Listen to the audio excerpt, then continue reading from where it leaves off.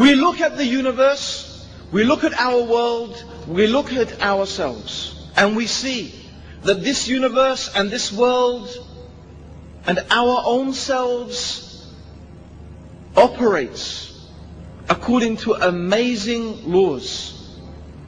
The most intricate and complicated and beautiful systems. The human brain is infinitely more complex and has a huge and really incredible, greater computing capacity than the world's fastest supercomputer. There are more connections in our brain than there are atoms in the universe. This is just a human brain. We look at the stars, the alternation of the night and the day. We look at our eyes, our liver, our heart, our kidneys. We look at the symbiotic relationship between the creatures, and not only the creatures, but the creatures, the animals, the insects, and even the sun and the air, and we find everything working according to a system. Now, human beings, our experience tells us that when we see the simplest thing, a pen, we know someone made this pen. Do you have any doubt that someone made this pen? Have any doubt? How about my mobile phone? Did someone make this? I think you're more sure that someone made the mobile phone than the pen. Yes? What is my mobile phone made of? Do you know what it's made of? Essentially two things: sand and oil. Yes. The silicon chip, yeah? Is from what? Sand. And plastic comes from oil. And I happen to have a case here made of leather. Okay? So let's say a dead animal. So in my mobile phone here, I've got sand, oil, and a bit of a dead animal. Okay? Which place in this earth has lots of sand and oil? Name me a place. Okay, Saudi Arabia. Lots of oil and lots of sand. No, this was not made by anybody. I was walking along one day in the desert of the Saudi Arabia, and I found this mobile phone sitting there, and it's a product of chance and coincidence. The sun was shining, the oil was spewing, there was maybe a volcanic explosion, the lightning hit it, and after millions and millions of years, this mobile phone formed itself just by coincidence out of the sand and oil. You believe that? You believe it? Does that make any sense? Is that even a fairy story? It's not even you couldn't even make a fairy story out of that. It's so stupid. Yet people want to tell us that this universe, that you and me, that the animals and the trees and the sky and the moon and the stars and the sun, they are a product of coincidence. Yet they are much more complicated than even this mobile phone. So how can a human being ever feel at peace when they have such a stupid, ridiculous belief? How? Because in the back of their mind they will always know that this is impossible, that they are fooling themselves, that this is so unlikely and so improbable. But they have staked their whole life on it, and they have built their whole existence on the idea that there's no God, this is just a product of chance and coincidence. When I die, the worms will eat me, the dust will eat me. That's it. How can anyone have peace thinking something like that?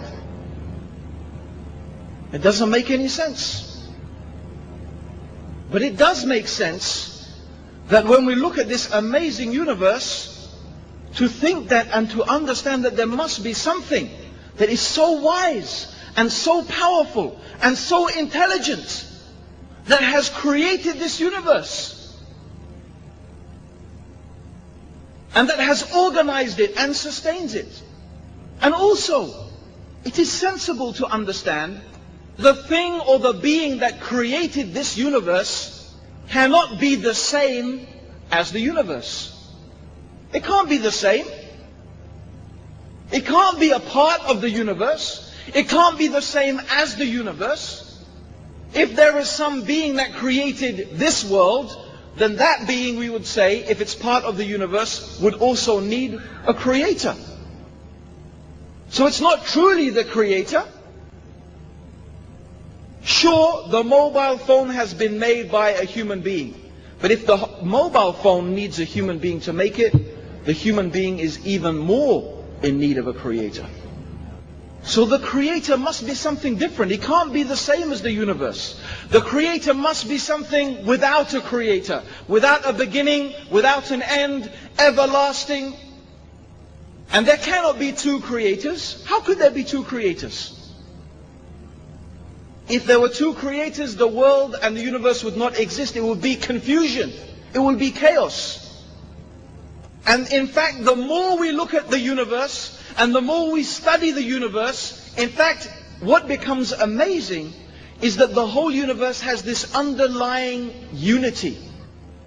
And in fact, science, when you really study it, shows us more and more that there must be one creator of this universe.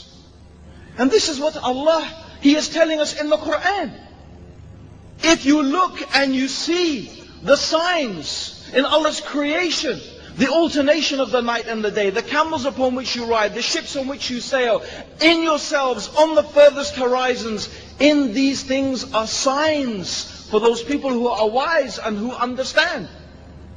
Therefore, the belief that is taught by Islam is one that makes so much sense. That there is one God who has created this universe, who sustains it and has brought it into existence, who is mighty and powerful and wise. And then again, the human being will ask themselves something. In fact, you'll find all human beings are asking themselves this question. Why am I here? What is it for? What is the reason of my existence? What is the purpose of my life? It's a very strange question, really. It's a very strange question. If I ask you, for example, what is your eye for? What's the eye? What is it for? Yeah, to see. Thank you. Okay? The eye is to see. And the nose is to smell. Okay. And these slippers, what are your shoes for? Huh? What do they do? They protect your feet. Protect your feet. Think about it. Every single part of your body has a purpose. Your shoes have a purpose. Your watch has a purpose. Your glasses have a purpose. If you study the creatures, you will find that each animal has a purpose and a special place in the creation. The sun has a purpose. The moon has a purpose. The stars. There is a reason for the existence of all of these things. And we're not confused about that. But then the human being is asking, what is my purpose? Why am I here? I know what my eyes are for. I know what my nose is for. I know what my shoes are for. But me, I don't know what I am for. I don't know the purpose of my life. Huh? So, how can a human being ever be at peace when he knows his shoes have a purpose? His glasses have a purpose. Huh? My eyes have a purpose, but me, I don't know what's my purpose. Will you be happy? Will you be happy? I don't think any human being can be happy like that. Thinking that they are more worthless than the pen they write with. Because the pen has worth. I know what it's for. Me, I don't know what I'm for. Now if we want to know the purpose of our life, and we want to know the reason for our existence, from where are we going to get this knowledge? From where are we going to get this information? We could become like the philosophers, sit and think and think and think and think. But if you study philosophy, you will find that every single philosopher came up with a different idea. Every philosopher came up with a different idea. Whether it's Aristotle or Plato or Descartes or whoever they may be, they came up with all with different ideas. What's the purpose of life? Some of them even maybe there's no purpose in life.